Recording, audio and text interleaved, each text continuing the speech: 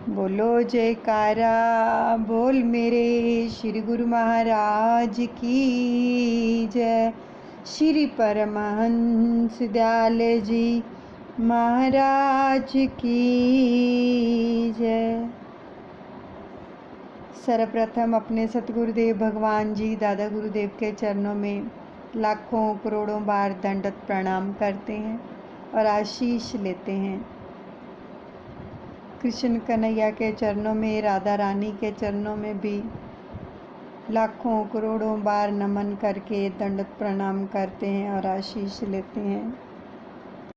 सभी एकाग्रचित होकर बैठ जाएंगे, सुमिरन चलता रहेगा। आज हम बहुत ही सौभाग्यशाली हैं कि आज के दिन भी हमें अपने सतगुरुदेव भगवान जी का भी आशीर्वाद मिला है, सभी परमहंसों का आशीर्वाद मिला है और साथ में आज श्रीमद् भागवत जी का पाठ जो हम श्रवण करने जा रहे हैं, बहुत ही कृपा है भगवान की।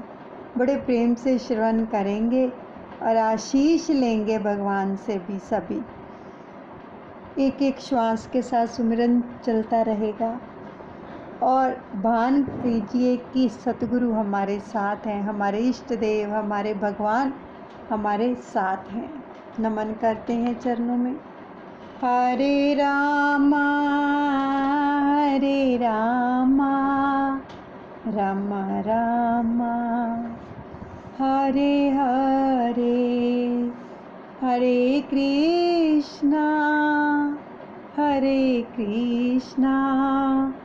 कृष्णा कृष्णा हरे हरे, हरे रामा राम रामा हरे हरे, हरे कृष्णा कृष्णा कृष्णा हरे हरे। आगे का पाठ श्रवण करने जा रहे हैं, रसपान कीजिए।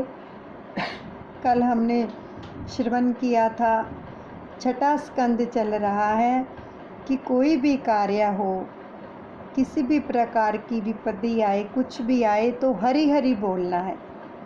यही कल श्रवण किया था ना, हरि हरि बोलना है, हाय हाय नहीं करना है, हरि हरि।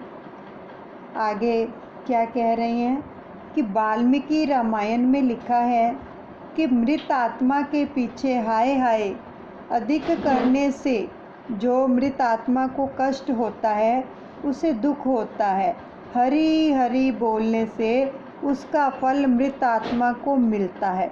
अगर भगवान का नाम उच्चारण करते हैं तो जो आत्मा यहाँ से विदा लेती है, उसको क्या है कि उसका फल मिलता है भगवान के नाम का। तो विष्णु दूतों ने अजामिल को यमदूतों के बंधन से मुक्त किया और उसका उद्धार हो गया। नारायण नारायण बोल रहा था ना अजामिल, बेशक उसके बेटे का नाम था, लेकिन नारायण नारायण बार बार उच्चारण करने पर यमदूतों ने क्या हुआ, विष्णु के दूतों ने यमदूतों से उसको छुड़ा दिया, उनके बंधन से मुक्त करा दिया और उसका उद्धार हो गया। तो अपमृत्यु टल सकती है, जिसको हम अकाल मृत्यु बोलते हैं, इस प्रकार से वो भगवान के नाम से टलती है, पर महामृत्यु नहीं। महामृत्यु होती है कि जब जितने हम श्वास लेके आए हैं, जितनी हम श्वासों की पूंजी लेके आए हैं, उतनी जब पूरी हो जाए तो उसको महामृत्यु कहा जाता है, वो नहीं टलती है। लेकिन जो अपमृत्यु होती है, बीच में ही हमारे कई कर्म ऐसे हो जाते जिसके कारण हमें मृत्यु का मिल जाता है, तो इसलिए वो नहीं टलती, वो भगवान के नाम से ही टलती है। अल्पायु के शेष होने पर पाप के कारण आने वाली अपमृत्यु को सत्कर्म से ही टाला जा सकता है, क्योंकि अजामिल ने भी बहुत सारे ऐसे कर्म किए, दुष्कर्म किए, तो उसके कारण उसको अपनी जो थोड़ी सी आयु बची थी उसको छोड़कर ही जाना पड़ा। लेकिन भगवान का नाम लेने से फिर उसके सत्कर्म इकट्ठे हो गए और उसको यमदूतों से त्रास मिल गया और अजामिल की अपमृत्यु टल गई। तो अजामिल बिछौने में सोया हुआ सब कुछ सुन रहा था। ये सब कुछ सुन रहा था क्योंकि क्या होता है कि जब मृत्यु का समय नज़दीक आता है तो देखो, मृतक व्यक्ति जो होता है वो कुछ नहीं बोल पाता, देख पाता है, सब कुछ सुन पाता है, लेकिन अपनी जीभा से वो बोल नहीं पाता, किसी को कह नहीं पाता कि मेरे साथ क्या हो रहा है। और सब सुनकर उसे अतिशय पश्चाताप हुआ ये सब कुछ देखकर, क्योंकि जो हमने कर्म किए होते हैं वो सब आगे आते हैं तब। तो वो सब देख रहा था कि किस प्रकार से यमदूत उसको लेने आए हैं और उसने नारायण नारायण का उच्चारण किया है। तो विष्णु दूतों ने आकर उसको इस त्रास से मुक्ति दिलाई है, यम के त्रास से। तो हृदय से प्रायश्चित करने के कारण उसके सारे पाप जल गए और उसके बाद से वह सब कुछ छोड़कर भगवत स्मरण करने लगा। जब पता चल गया कि मैंने ये गलत कर्म किया है, इसी के कारण ही मुझे इतना दुख मिल रहा है, तो वो चीज़ उसने छोड़ दी, सब कुछ छोड़ दिया और वो भगवत स्मरण में लग गया। तो पश्चाताप करने से तो अतिशय पापी का जीवन भी बदल जाता है, वह सुधरता है और इसी जीवन में मुक्ति पा लेता है। अगर हम अपने आप को सुधारना चाहें तो सुधार सकते हैं और प्रभु की प्रसन्नता को हासिल कर सकते हैं। अतः किसी भी पापी का तिरस्कार मत करो, पाप का ही तिरस्कार करो, पापी का तिरस्कार मत करो, क्योंकि जो इंसान होता है वो बुरा नहीं होता, जो वो कर्म कर रहा होता है वो अच्छे या बुरे होते हैं। इंसान कभी बुरा नहीं होता, इसलिए भागवत जी कहते हैं किसी का भी तिरस्कार मत करो, भले वो जैसा भी है। हृदय से पश्चाताप करने पर पाप जल जाते हैं और प्रायश्चित चित्त की शुद्धि करता है। उसके बाद से अजामिल नीरस भोजन करने लगा, जिसमें भोजन में कोई रस नहीं होता ना, ऐसा भोजन वो करने लगा। स्वादिष्ट भोजन सभी छोड़ दिए उसने, अजामिल ने। जिसका भोजन सरस होगा उसका भजन भी नीरस होगा, जिसका भोजन नीरस होगा तो उसका भजन सरस होगा। यानी कि अगर अपनी जीभ के स्वाद के अनुसार चटपटे मसालेदार तामस भोजन का हम उपयोग करते हैं, उसका सेवन करते हैं, तो जो भजन है वो नीरस होगा। लेकिन अगर सात्विक भोजन का सेवन करते हैं तो भजन में रस आएगा, भजन में रस आएगा, भोजन में नहीं, भजन में। तो जीवन धन या कुटुंब के लिए नहीं, श्री कृष्ण के लिए है। अजामिल की बुद्धि अब त्रिगुणात्मिकता और प्रकृति से परे होकर भगवान के स्वरूप में स्थिर हो गई और उसे लेने के लिए विमान लेकर पार्षद आए। जब उसकी आयु पूरी हो गई तो विशिष्ट मान ही विमान है।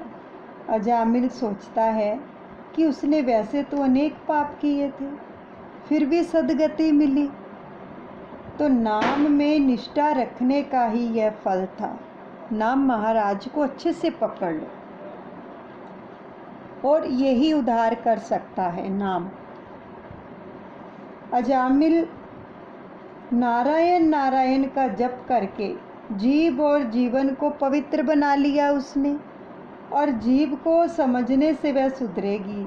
श्रीखंड मांगेंगे तो उसे कड़वे नीम का रस दो, वह व्यर्थ का भाषण ही अधिक करती है, निरर्थक बकबक करती रहती है। भगवान का नाम तो कभी लेती ही नहीं है जीभा, और जीभ को यदि नीम का कड़वा रस पिलाओगे तो उस पर राम का नाम बस जाएगा। क्योंकि जब कभी भी कोई विपत्ति आती है तो भगवान की तरफ जाता है ना ध्यान। तो इसलिए भागवत जी में आ रहा है कि इस जीवा को भी नीम का कड़वा रस पिलाओगे तो राम नाम बस जाएगा। भगवान की भक्ति करने वालों को यही लोक और परलोक जो है दानों में मान प्राप्त होता है। इहलोक में भी और परलोक में भी, दोनों में मान प्राप्त होता है। भगवान का कीर्तन करने से अजामिल भगवत धाम में पहुंच गया और भगवान के नाम का आश्रय लेकर वह तर गया। और अजा का अर्थ पहले माया कहा था, अब वह भगवत नाम का सहारा लेने पर अजा का अर्थ हो गया ब्रह्मा और आज अजामिल, यानी अज ब्रह्मा के साथ मिलकर ब्रह्म रूप हो गया। आज जीव और शिव एक हो गए। अजामिल शब्द के दो अर्थ हैं, माया में फंसा हुआ जीव तथा ब्रह्म रूप हुआ जीव। माया का वर्णन तो कई तरह से किया गया है।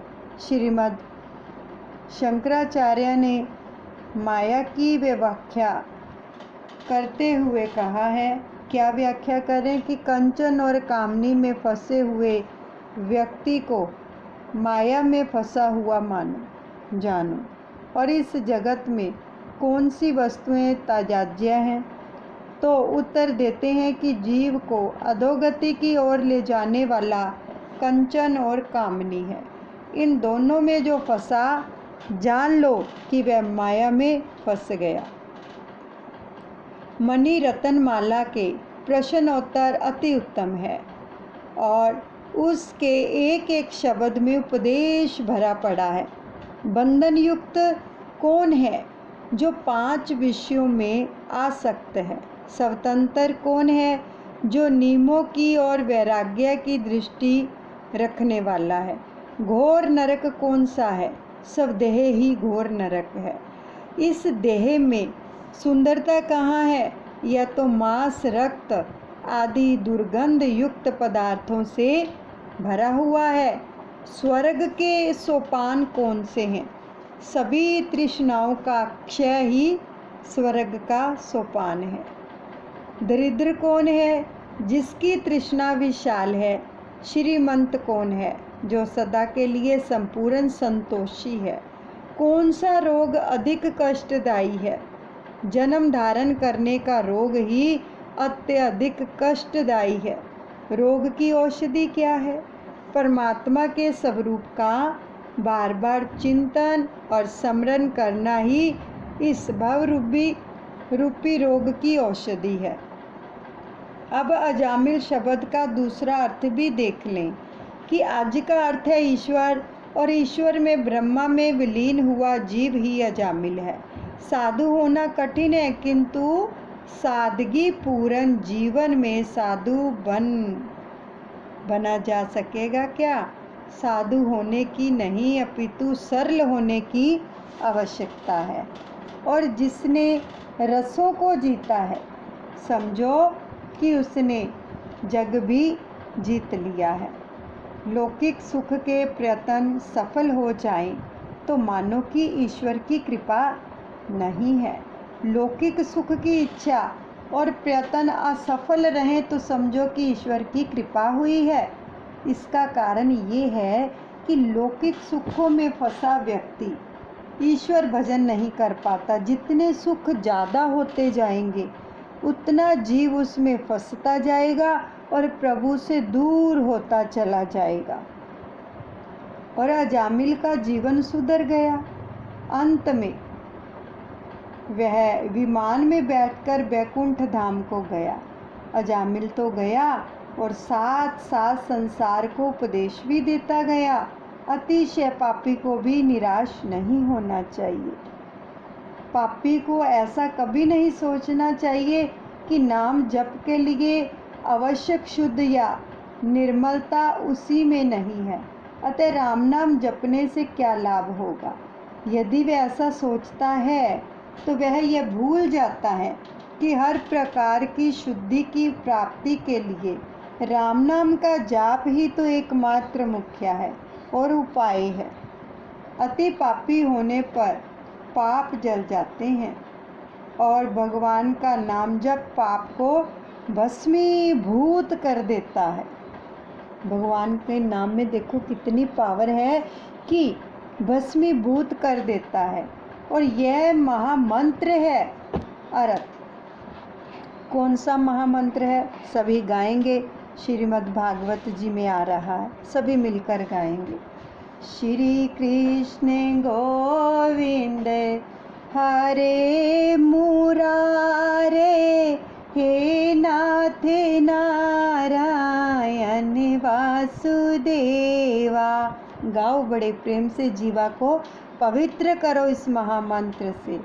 श्री कृष्ण गोविंद हरे मुरारे, हे नाथ नारायण वासुदेवा।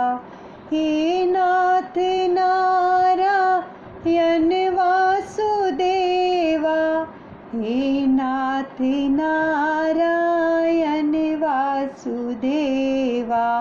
श्री कृष्ण गोविंद हरे मुरारे, हे नाथ नारायण वासुदेवा।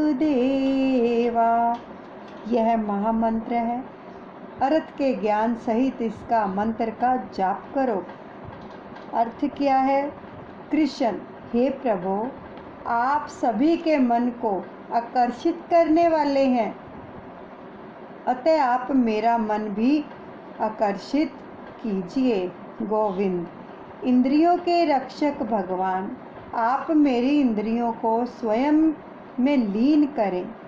हरे, हे दुख हरता, मेरे दुखों का भी हरण करो। श्री कृष्ण गोविंद हरे मुरारे, हरे का अर्थ है कि मेरे दुखों को भी हरो और दुखों का भी हरण करो। जिसका मन भगवान में लीन हो जाता है उसके सारे दुखों का हरण हो जाता है। और जिसका मन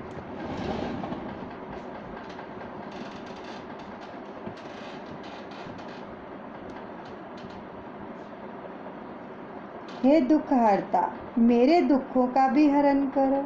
जिसका मन भगवान में लीन हो जाता है उसके सारे दुखों का हरण हो जाता है। और मुरारे का अर्थ है हे मूर राक्षस के विजेता, मेरे मन में बसे हुए काम क्रोध आदि राक्षसों का नाश कीजिए। हे नाथ, आप नाथ हैं और मैं आपका सेवक हूँ। नारायण, मैं नर हूँ और आप नारायण हैं। हे नाथ नारायण वासुदेवा, मैं नर हूँ और आप नारायण हैं। वासुदेव का अर्थ है, वसु का अर्थ है प्राण, और मेरे प्राणों की रक्षा कीजिए। मैंने अपना मन आपके चरणों में अर्पित कर दिया है। जिनको इस मंत्र का अर्थ नहीं पता था, आज ये पता चल गया। श्री कृष्ण गोविंद हरे मुरारे, हे नाथ नारायण वासुदेवा। कितना प्यारा अर्थ है इसका। और प्राचीन बही राजा के यहाँ परचेता नामक 10 पुत्र हुए थे। उनके में से जो दक्ष नामक एक पुत्र हुआ, प्रजापति दक्ष ने हंस गुहा स्तोत्र से आदि नारायण भगवान की आराधना की तो उसके यहाँ हर्षव नामक 10,000 पुत्र हुए। दक्ष ने उन्हें प्रजा उत्पन्न करने की आज्ञा दी, किंतु नारायण सरोवर के जल का स्पर्श करने के लिए उनकी परमहंस धर्म का आचरण करने की इच्छा हुई, तो वहाँ उन्हें नारद जी मिल गए। दक्ष के इन 10,000 पुत्रों से नारद जी ने कूट प्रश्न पूछे। उन प्रश्नों का इन पुत्रों ने उत्तर सोच निकाला। उनमें से कुछ प्रश्नोत्तर जो है हमने भी देखे हैं। भागवत जी बता रही हैं। प्रश्न क्या था कि ऐसा कौन सा देश है यहाँ पर केवल एक ही पुरुष है? तो उत्तर में उन्होंने कहा कि ईश्वर रूपी पुरुष इस देह रूपी देश में बसता है जो एक ही है। और आगे का प्रश्न किया उन्होंने, ऐसी कौन सी गुफा है जिसमें प्रवेश तो किया जा सकता है किंतु बाहर नहीं आया जा सकता। तो उत्तर में उन्होंने कहा, प्रभु के चरण, वहाँ से कोई वापस नहीं आ सकता। यद गत्वा ना निर्वतन्ते। अगला प्रश्न उन्होंने पूछा कि वह कौन सी नदी है जो परस्पर विरुद्ध दिशा में बहती है। तो उन्होंने उत्तर दिया, संसार। संसार रूप नदी में जो प्रवृत्ति विषयों की ओर खींच कर ले जाती है और निर्वृत्ति प्रभु के प्रति बहा कर ले जाती है। अगला प्रश्न उन्होंने पूछा कि सिर पर जो चक्र मंडरा रहा है वह कौन सा चक्र है, क्या है। तो उत्तर में उन्होंने कहा कि सभी जीवों के सिर पर काल चक्र मंडरा रहा है, मंडराता ही रहता है। तो नारद जी के कूट प्रश्नों की चर्चा विचारना करते हुए वे 10,000 पुत्र मोक्ष मार्ग की ओर प्रवृत्त हुए और सभी को नारद जी ने संन्यास की दीक्षा दी। जब दक्ष के सभी पुत्र जो थे वो प्रवृत्ति मार्ग की ओर से भ्रष्ट हो गए तो उन्होंने 10,000 पुत्र और उत्पन्न किए। वे भी नारद जी के उपदेश से निर्वृत्ति परायण हो गए। ऐसा होने पर प्रजापति दक्ष ने क्रोधावेश में नारद जी को श्राप दिया कि तुम कभी भी एक स्थान में नहीं रह पाओगे, तुम हमेशा भटकते ही रहना पड़ेगा तुमको। तो नारद जी ने दक्ष के शाप को स्वीकार किया और दक्ष से कहा, मैं तुम्हें शाप के बदले में वरदान देता हूँ कि तुम्हारे घर बहुत सी पुत्रियाँ उत्पन्न होंगी, अतः संन्यास उन्हें देने का प्रश्न ही नहीं रहेगा। नारद जी ने दक्ष को आशीर्वाद दिया। जो शाप का बदला आशीर्वाद से दे वही संत हैं। देखो कितनी अच्छी यहाँ पर हमें ये वचन सुनने को मिल रहे हैं। अगर कोई गलत बोलता है, अपशब्द बोलता है, उसका उत्तर हमें ब्लेसिंग से देना चाहिए। नारद जी ने उनको आशीर्वाद दे दिया, उन्होंने श्राप दिया तो नारद जी ने आशीर्वाद दे दिया। संत वो ही है। इसलिए ये वचन बहुत ही सुंदर है। कहीं भी, किसी भी समय, किसी अवस्था में, किसी भी परिस्थिति में हमारे साथ कोई आर्ग्यूमेंट करता है, अपशब्द बोलता है, या हमें बुरा भला कहता है, तो उसको हमें क्या करना चाहिए? ब्लेस करना चाहिए कि श्री गुरु महाराज जी, परमहंस जी, कान्हा, कृष्णा ब्लेस यू, बस उसका उत्तर नहीं देना। सहनशीलता का निर्वाह ही साधुता है। अब सहन करना तो संतों का धर्म है। जड़ चेतन सभी में जो ईश्वर भाव का अनुभव करता है उसके मन में राग द्वेष कभी उत्पन्न नहीं होते हैं। और ब्रह्मा ने सभी इंद्रियां बाहरमुखी बनाई हैं। ये इंद्रियां जब अंतर्मुख हो जाती हैं तभी आनंद की प्राप्ति होती है और तभी जीव और शिव का मिलन भी होता है। जब हम भजन अभ्यास पर बैठते हैं तो जब ये इंद्रियां अंदर की ओर प्रवृत्त होती हैं तो भजन में रस आता है, आनंद आता है, कईयों को दर्शन होते हैं, अनहद नाद की ध्वनि सुनाई देती है, आनंद मिलता है जब अंदर की ओर बहती हैं तो। लेकिन जब बाहर की ओर बहती हैं तो फिर वो वाला आनंद नहीं मिलता है। जब तक ब्रह्मा द्वार बंद नहीं करोगे तब तक असत के द्वार खुल नहीं पाएंगे। ब्रहा यानी कि बाहर के द्वार जब तक हम बंद नहीं करेंगे अंदर के द्वार नहीं खुल पाएंगे। शुकदेव जी वर्णन करते हैं, राजन फिर आगे चलकर दक्ष के घर 60 कन्याओं ने जन्म लिया। दक्ष के घर 60 कन्याओं का जन्म हुआ। इसमें से जो अदिति के घर 12 संतानें हुई थी, इनमें से एक का नाम था त्वष्टा। इस प्रजापति त्वष्टा के पुत्र उत्पन्न हुआ और विश्वरूप एक दिन जब इंद्र सिंहासन पर बैठे हुए थे तो वहाँ बृहस्पति जी आए। अपने और सारे देवों के गुरु बृहस्पति का आगमन हुआ।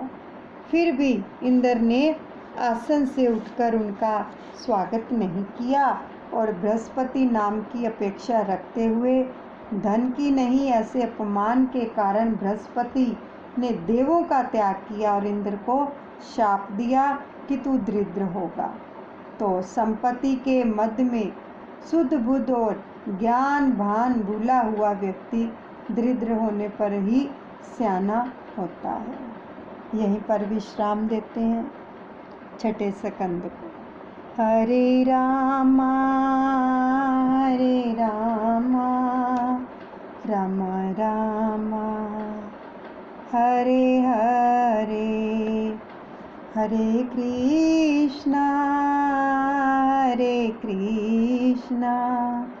कृष्णा कृष्णा हरे हरे। गाओ श्री कृष्ण गोविंद हरे मुरारे, हे नाथ नारायण वासुदेवा। श्री कृष्ण गोविंद हरे मुरारे, हे नाथ नारायण वासुदेवा। श्री राधे गोविंदा गोपाला तेरा प्यारा नाम है।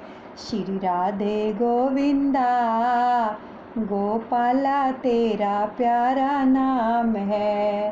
गोपाला तेरा प्यारा नाम है, नंदलाला तेरा प्यारा नाम है। हरे रामा राम रामा हरे हरे, हरे कृष्णा कृष्णा कृष्णा हरे हरे। बोलिए सतगुरुदेव भगवान की जय। कृष्ण कन्हैया लाल की जय। राधे रानी की जय। सभी श्री चरणों में शीश नवाकर अपने सतगुरुदेव भगवान से भी आशीष लें और कृष्ण कन्हैया और राधे रानी से भी आशीष लें। करवा चौथ पर सबको मेरे प्रभु आशीष दें अखंड सौभाग्यवती का, और श्री चरण कमलों से जुड़े रहें। सबके पति की आयु लंबी करें, दीर्घायु करें और सभी स्वस्थ रहें। सबको श्री चरण कमलों का प्यार मिलता रहे और सभी इसी प्रकार जुड़कर अपने प्रभु के गुणवाद गाते रहें। सबको ढेर सारी शुभकामनाएं करवा चौथ की। बोलिए सतगुरुदेव भगवान की जय। फिर से हम अपने सतगुरुदेव भगवान जी के श्री चरण कमलों में और राधे रानी और कृष्ण कन्हैया के चरण कमलों में ये प्रार्थना करते हैं अपने पति देव के लिए कि जाने अनजाने में जो भी हमसे गलतियां हुई विचार वाणी व्यवहार से, उसके लिए हम अपने पति से भी और भगवान से भी क्षमा याचना करते हैं और प्रभु से प्रार्थना करते हैं कि हमारे पति का जीवन सुख शांति उन्नति प्रगति तरक्की सफलता लव रिस्पेक्ट फेथ केयर की दिव्य संजीवनी से लबालब भरा रहे और सदैव अपने परिवार के साथ सुखी संपन्न स्वस्थ और सप्त सितारा जीवन जिए। और प्रभु मेरे पति आपके सुरक्षा कवच में हमेशा सुरक्षित हैं। बोलिए सतगुरुदेव भगवान की जय। कृष्ण कन्हैया लाल की जय। राधे रानी की जय।